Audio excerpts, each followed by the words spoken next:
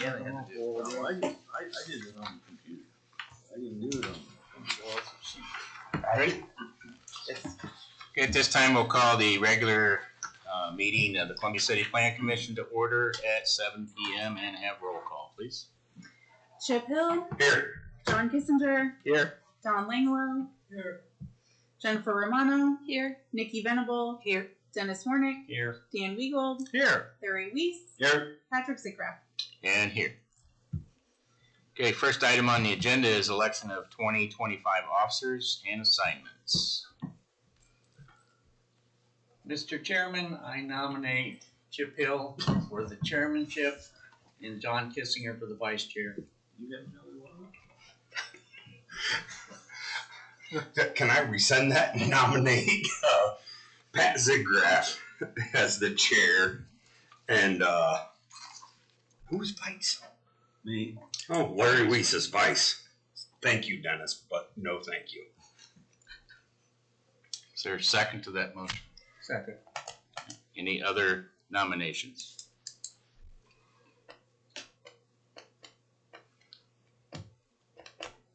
Okay. The nominations are now closed. Those in favor of myself as president and Larry as vice president for 2025 signify by raising your right hand. Motion carried. So I think we need to have a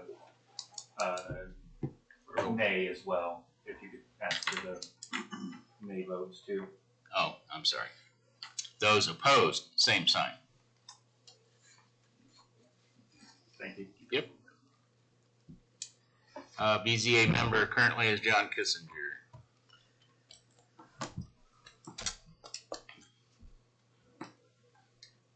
John, do you wish to continue?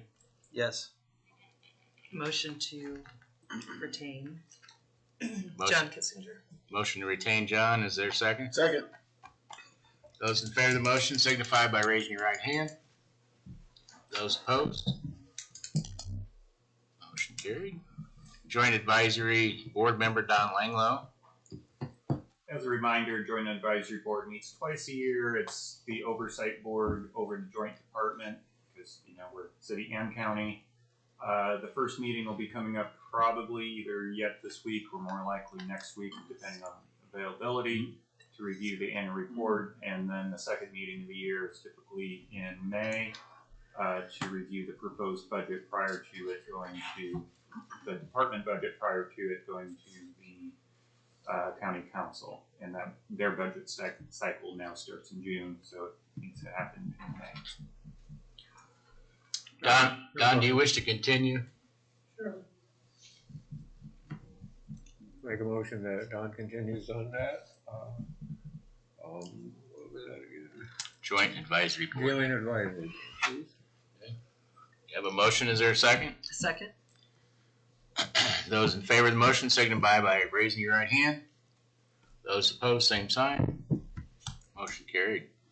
Technical Review Committee consists of Don Langeloh, Dennis Warnick, and Larry Weiss. Would you gentlemen like to continue serving in those capacities? Yes. Okay. Okay. Just need a motion. I'll make the motion to reappoint Don Langeloh, Dennis Warnick, and Larry Weiss Technical Review Committee. Second. Those in favor of the motion signify by your right hand. Those opposed, same sign. Motion carried. Thank you very much.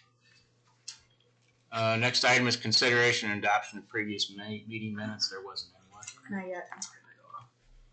yet. Administration of oath to witnesses. Oh, I know. That's you guys. I know. Sit down. If you intend to speak tonight, go ahead and administer an oath.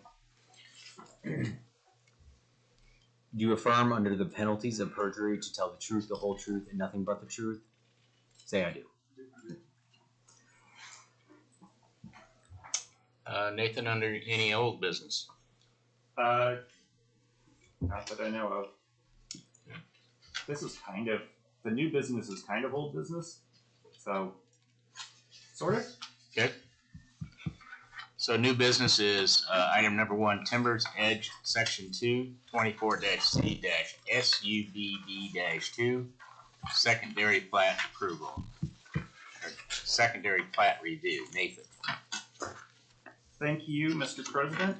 So, the way we have historically numbered things is why this is a old item, but it's a new item, plus the fact that we don't typically look at secondary plats as the commission.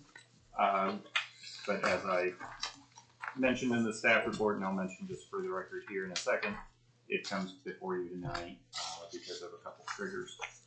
At some point in the future, we may change the numbering system so that secondary plats get their own individual numbers, but at this point, we don't have enough volume to warrant rocking the boat yet.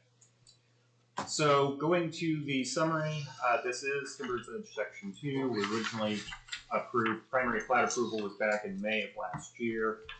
Since that time, they've gone through tech review and then proceeded with development. Located at the north end of Cottonwood Court and Somerset Trail, an extension of Boulder Run from the other direction. It was zoned R3 with commitments as outlined there. Notably, the second one there, not more than 25% of the lots would use R3 standards, is one that is part of this plat review. The other two come in other at other times of development. The primary approval also included these 8 conditions. 1, as far as I know, was addressed. 2, because they defer sidewalk construction with the construction of houses, doesn't apply until later. Number 3, that the street width and pavement section would comply with the subdivision codes. That would be the, even, that was inserted because the waiver of the right-of-way width, which narrowed the right-of-way, wanted to ensure that the street itself was built to the same spec. As far as I know, that was done. Number 4, again, was adjusted. 5, provide easements for the off-site drainage detention to the north or included as part of the plat. That is one that is still outstanding, which I propose as a further condition of approval tonight.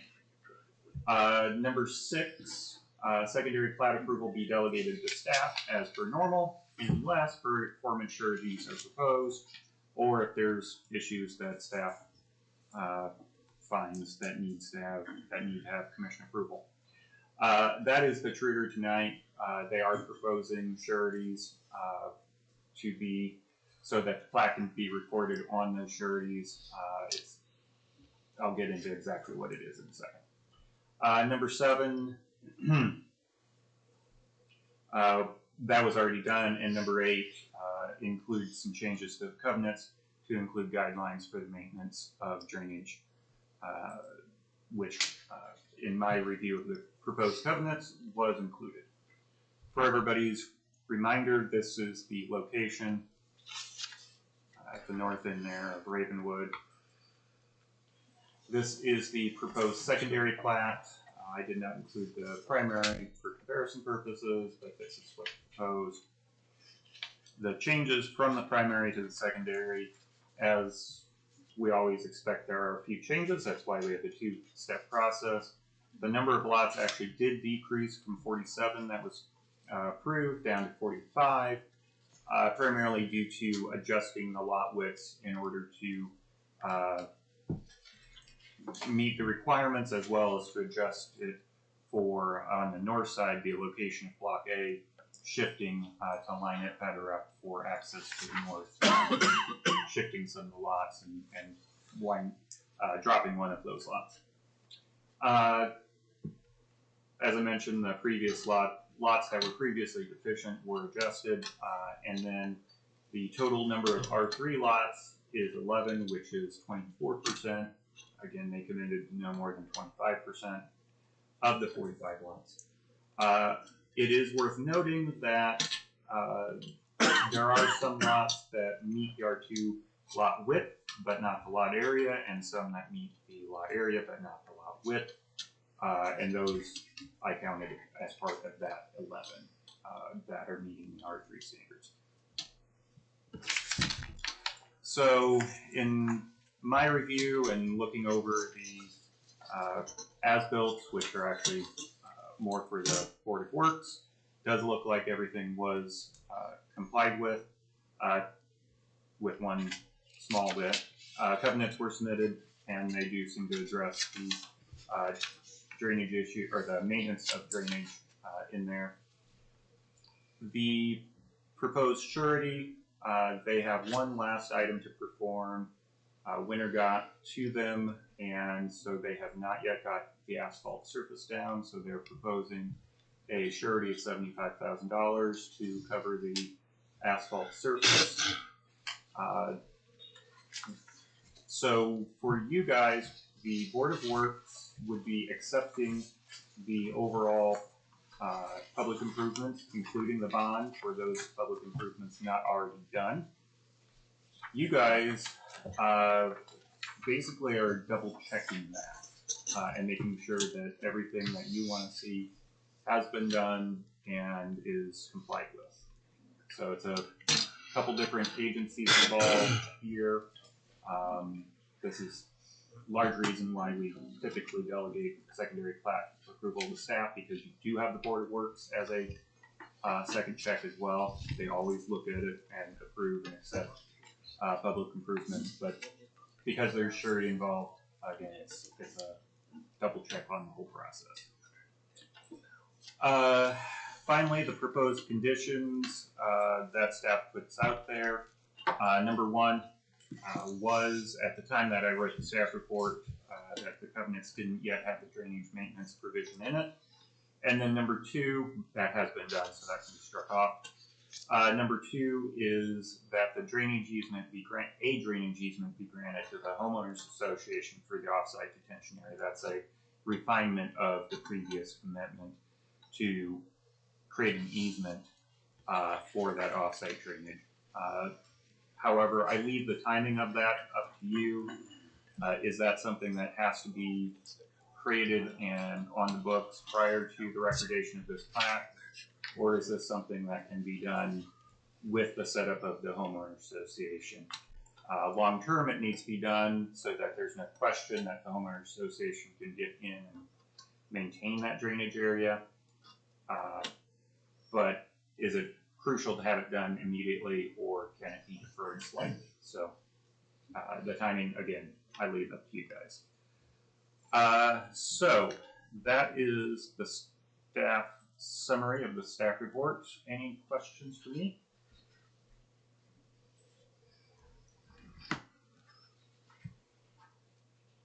Okay, thank you. Brooks. I'll let the brains go first. Okay. My name is Ryan Pepler. I'm with Walker and Associates at 112 West Van Buren Street in Columbia City. We did the surveying and engineering for this plat. I won't go into too much. Nathan kind of went over everything, went through. Looks like we've taken care of each of these things. If you want how the lots are broken down, I can provide that as far as what lots meet R2 and R3. I do have that on a printout here. Most of the lots are that meet the R3. There's 10 lots that meet that specification but don't meet the R2, and then there's one lot that does not meet the lot width but meets the other one, the R3.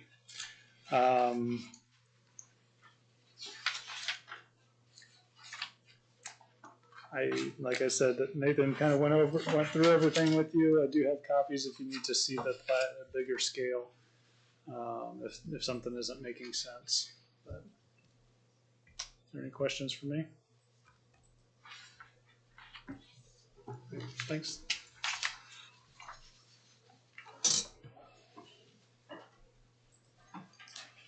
Brooks Langeloh, 818 North Newport Run, Columbia City. The only thing I want to add is that the retention pond to the north is what was in question as far as when to make an easement for that. We own that ground, and we're still up in the air as far as what exactly we're gonna do with it. If we end up selling part of it, we're gonna end up giving that to the association, so it'll be in the association's name, so we didn't really wanna pay for a full-out, survey to make that, designate that as an easement, because it would have to be around the whole pond, I think, wouldn't it? Mhm. So, yeah, instead of getting into the expense of doing that, we just, at this point, don't know what we're gonna do with it yet, for sure.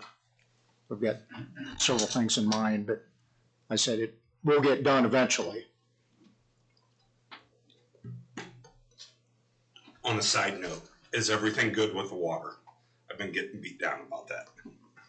I have no idea. Okay. I know they were still back. I think they found one other leak back there maybe that they were working on, because I saw them working back there today. I haven't called you, so it's not high on my priority. So that was my only question. So And as far as the repairs on the water line, yeah. Yep. So I don't know where I talked to them last week, and I'll let that department deal with it. So anything else? Is the, what Ryan was talking about, that, printout with the lots that are R3 and R2, that will all be filed in the package. So it'll be for reference, for planning committee, or for the staff, when this is all filed. My guess is that because Nathan and I got the same number, 11 out of the 45, that we're hitting the same lots, but I can certainly send the office what I came up with, Okay. and so they can verify it. Yeah, long term, because once this gets recorded, those lots will be set in stone. Which lots they are is going to be self-evident if someone wanted to do those calculations in the future. Well, but I would think, I'm thinking about that down the road situation that, you know, somebody is looking at a prospective lot or something. And I know, Brooks, that a lot of these, you're working with different builders right up front, and this is happening rather, you know, next 3 to 5 years, hopefully this will be all occupied. But I was just thinking about, in the event somebody would question a lot, that they say, yeah, that's one of the R3 group or something like that. Well, they're all going to be buildable the same. Right. Oh, yes, true. I mean, there's not going to be any difference in the lots as far as restrictions or anything. Right.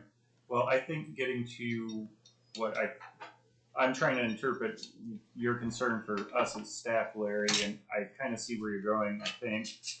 And that is, we get calls frequently of just weird sized lots and people asking, well, can I build on it?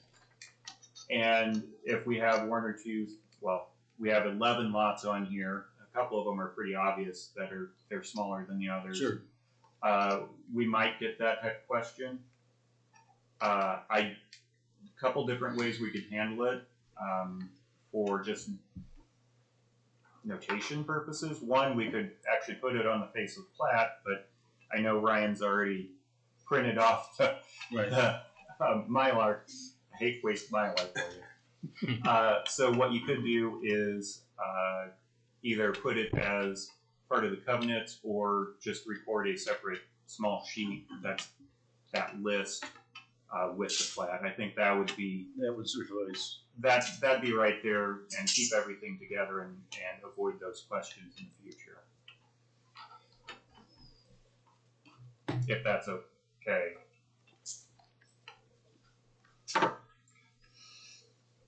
You paying for it? You don't pay more for extra sheets anymore. Just checking. I'll give you the 2 cents for the piece of letter-sized paper. I think we can cover that. Okay. Any other questions or comments?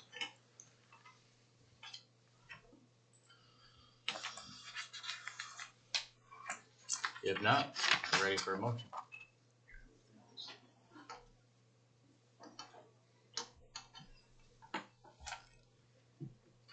Okay, now hold on.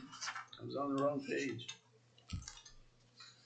Make the motion, we approve 24-CSUBD 2, secondary plat approval for Timbers Edge Development LLC with conditions and revisions that have been placed before us this evening. There's a second. I'll second the motion. Any further discussion? Those in favor of the motion, raise your right hand. Those opposed, same sign. Motion carried. And for the record, Mr. Langeloh recused himself. He's in the audience. So that's what he's doing. Other business, Nathan? I can't remember. Did we introduce this guy last time? It wouldn't hurt to do it again. Here's your new legal counsel. I work over at Myers Hockmeyer McNagny with Marcia and Greg Hockmeyer, and I'm an associate over there, but I got appointed to this board to be legal counsel. So if you have any questions, I think Nathan's got my email, or I can give it to you as well. Yeah, Cohen's going to kind of get his feet wet with you guys, and then the expectation, I think, because Greg Hockmeyer's got the BZA. I think once you kind of get your feet under you with the planning commission, then he'll take on both boards and go from there. Treat him nice. We always do. They do. And then the other question, Amanda's trying to remind me. The new layout. Oh yeah, the new layout of the agenda. Any thoughts, comments on that? I like it. I like it. Basically, that was an outgrowth of needing to include the YouTube stream on there, and that one little change just changed quite a bit. And we always wanted to include more detail about the ADA accessibility availability as well. So that's there. And the other question, I believe pretty much everybody got electronic packets. Was there any real issues from anybody? I don't think we had any comments back, so It can be done a lot easier. seemed to work okay this time. Yep. Yes, Okay. That's what I got. Okay. Anybody have anything else to come before this body? If not, we'll entertain a motion to adjourn. So moved. Let's go home.